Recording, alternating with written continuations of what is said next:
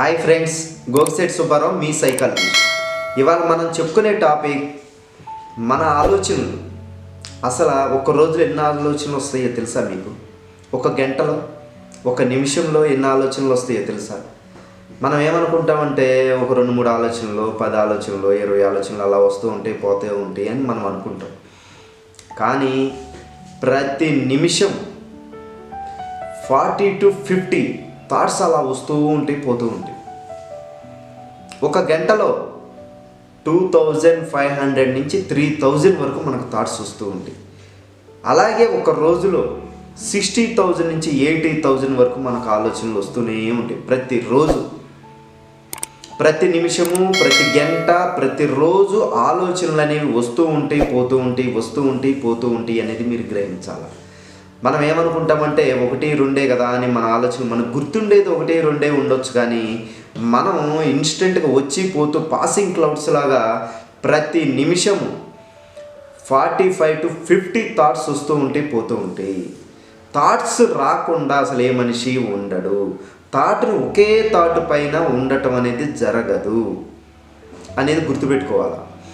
ఎప్పుడైతే ఈ థాట్స్ అనేవి వస్తూ ఉంటే సహజం అనుకుంటామో, మనకు నార్మల్గా మన ఆలోచన విధానాన్ని కూడా మన మైండ్ సెట్ని మార్చుకుని మనకు కావాల్సిన విధానంగా మనం ఆలోచనలు మార్చుకుంటే, తెచ్చుకుంటే మన లైఫ్లో, రియల్ లైఫ్లో, ప్రాక్టికల్ లైఫ్లో మనకు అవి హెల్ప్ఫుల్ అవుతాయి అన్నమాట.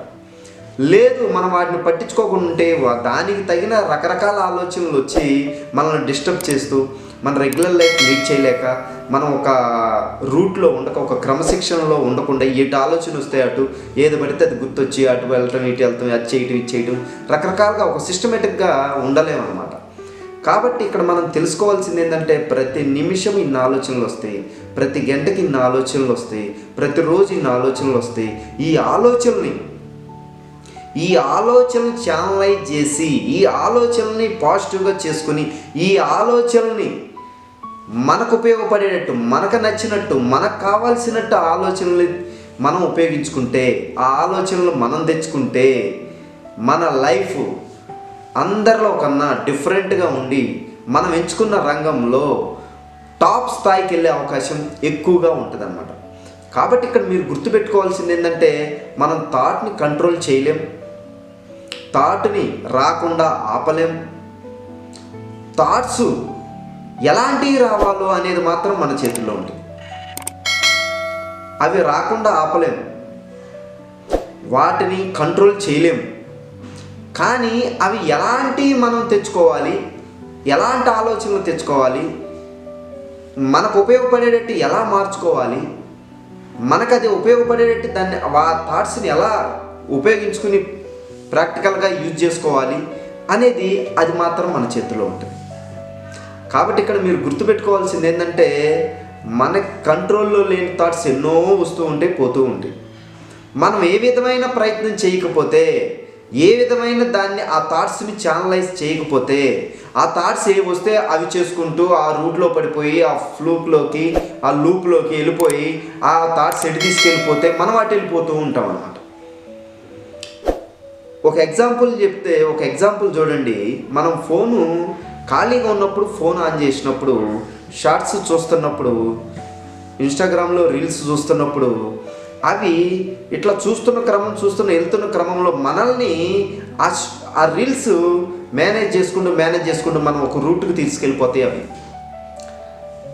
మనకి ఏ విధమైన ఒక ప్రాక్టికల్గా మనకి ఇది కావాలి, ఇది నాకు నచ్చింది, దీన్నే చూస్తాను అని అనుకుంటేనేమో దానికి సంబంధించినవి వస్తాయి. మనకు ఒక ఐడియా లేనప్పుడు, మన వాటి మీద ఒక అవగాహన లేనప్పుడు ఓన్లీ ఆన్ చేసుకుంటూ పోతే అవి రకరకాలు వచ్చి రకరకాలుగా మనల్ని ఎటు తీసుకెళ్తాయో అర్థం కాదన్నమాట. తీరా అది అయిపోయిన ఫోన్ పక్కన పెట్టినాక మనం ఏం చూసాం ఏంటి అంటే ఏమీ ఉండదు అక్కడ రిజల్ట్.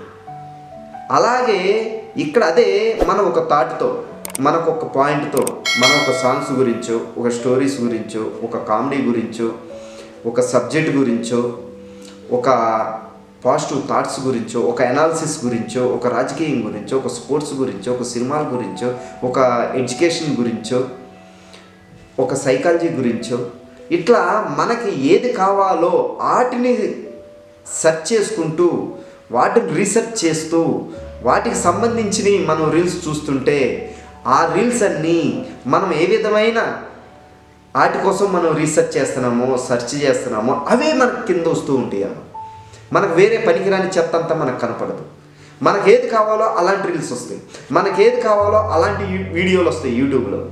మనకి ఒక సబ్జెక్ట్ పరంగా, ఒక మ్యాథ్స్ పరంగా ఒక కాన్సెప్ట్ డౌట్ ఉందని మనం రీసెర్చ్ చేసామనుకోండి, యూట్యూబ్లో సెర్చ్ చేసామనుకోండి, ఇన్స్టాలో రీల్స్ సెర్చ్ చేసామనుకోండి, అవి వాటికి సంబంధించినవే వస్తూ ఉంటాయి. మనం ఒక హెల్త్కి సంబంధించింది, ఒక డైట్కి సంబంధించింది సెర్చ్ చేసి కొన్ని వీడియోలు చూస్తున్నాం అనుకోండి, ఇన్స్టాలో కొన్ని రీల్స్ చూస్తున్నాం అనుకోండి, నెక్స్ట్ కంటిన్యూషన్ రీల్స్ కూడా అవే ఉంటాయి. అలానే మన మైండ్ సెట్ని కూడా, మన ఆలోచనల్ని మనకు ఎలాంటివి కావాలి, మన లైఫ్కి ఎలాంటివి అయితే మనకు ఉపయోగపడతాయి, మన ఫ్యూచర్కి ఉపయోగపడతాయి, మనం లీడింగ్ లైఫ్కి, ఫ్యూచర్ లైఫ్కి ఎలాంటివి మనకు ఉపయోగపడతాయి అనేది థాట్స్ని మనం రీసెర్చ్ చేసుకుంటూ ఆలోచించుకుంటూ ఉంటే అలాంటి థాట్సే, వాటికి సంబంధించిన థాట్సే మనకు వచ్చి మన ప్రాక్టికల్గా మనం ఎంచుకున్న రంగంలో విజయం సాధించే అవకాశం 100కి 100% ఉంటుంది. కాబట్టి మన ఆలోచనని ప్రతి నిమిషం 45-50 ఆలోచనలు వస్తాయి. ఒక గంటకి 2500 నుంచి 3000 ఆలోచనలు వస్తాయి.